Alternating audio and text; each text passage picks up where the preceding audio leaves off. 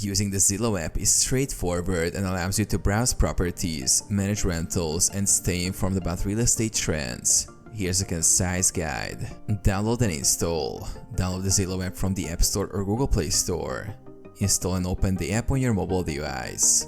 Create or log into your account. Sign up for a new account or log in using your existing Zillow credentials. Personalize your profile with preferences for property types, locations, and price ranges. Search for properties. Use the search bar to enter city, neighborhood, or address. Apply filters such as price, number of bedrooms, property type, and more to narrow down results. View detailed listings with photos, descriptions, and key information about the property.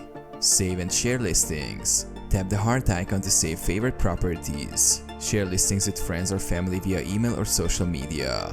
Contact agents and landlords. Use the contact agent or request info buttons to reach out directly from the app. Schedule tours or ask questions about the property. Manage rentals. For landlords, use the app to list rental properties, screen tenants, and collect rent payments. For renters, browse rental listings and submit applications directly through the app.